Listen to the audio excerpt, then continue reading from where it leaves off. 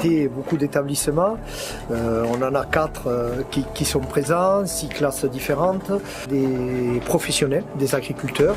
On en avait une dizaine ce matin. Depuis 2015, notre projet d'exploitation tourne sur l'agroécologie, comment réduire notre système qu'on avait maïs ensilage pour toute l'année sur des vaches qui restaient à l'intérieur et d'arriver à faire une production qui soit rentable, produire un lait, produire un maximum de lait, un moindre coût, tout en étant autonome au niveau de l'alimentation de notre troupeau.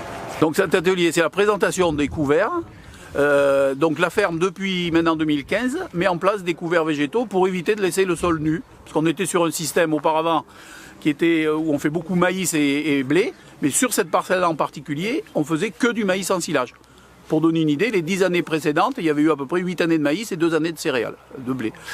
Et entre-temps, il n'y avait rien. C'est-à-dire qu'on récoltait le maïs en silage, nous ici, au début septembre, on ressème du maïs fin avril, et on était sur un système où on laissait le sol nu.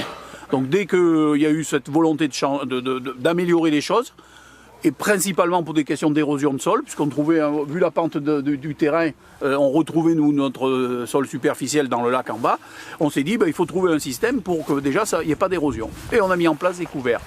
Et la première année, on a fait un choix avec la RAGT d'essayer plusieurs couverts pour déterminer lequel correspond le mieux à notre terrain. Et c'est pour ça qu'on est arrivé à choisir ce mélange Facelli, Vess, Févrole, qui correspond vraiment à ce qu'on veut.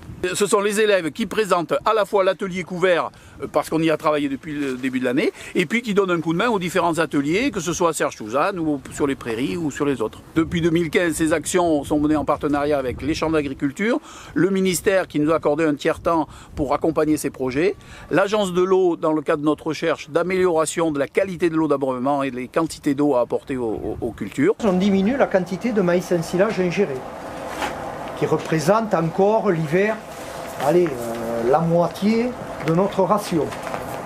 Voilà. Ce qu'on ne distribue pas, qu'elles vont chercher dehors, c'est d'autant gagné. D'accord ?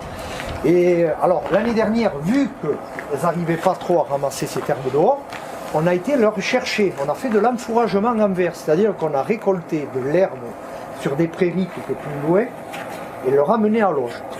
Ça encore, ça a bien marché. Je vais présenter aux élèves l'implantation que nous avons faite en partenariat avec des semenciers sur des prairies multi-espèces destinées à la pâture. L'objectif, c'est de diminuer la part du maïs dans l'alimentation des vaches laitières grâce à un pâturage tournant dynamique qui a été mis en place dès l'été 2017.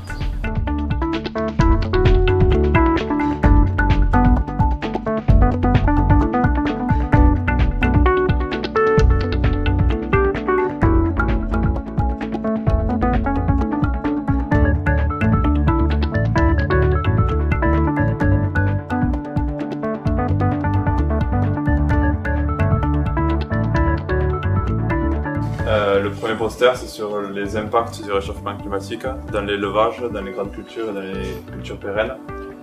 Et le second poster, c'est sur les adaptations qu'on peut avoir. Avec Solagro, on a choisi des photos avec des pictogrammes pour symboliser chaque situation, soit d'adaptation, soit l'impact, pour effectuer ces affiches.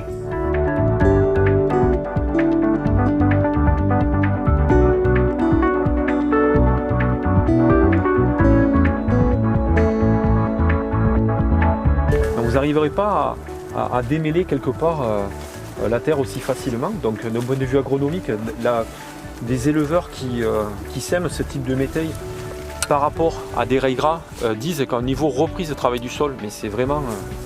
ça n'a rien à voir, ça n'a strictement rien à voir. Voilà, c'est ça. Tout à l'heure, il y avait là c'est magnifique. Là. Donc vous les voyez, ces nodosités là, hein?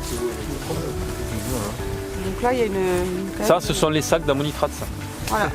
Ça, c'est presque comme de la perlurée, regardez. Une petite perle blanche.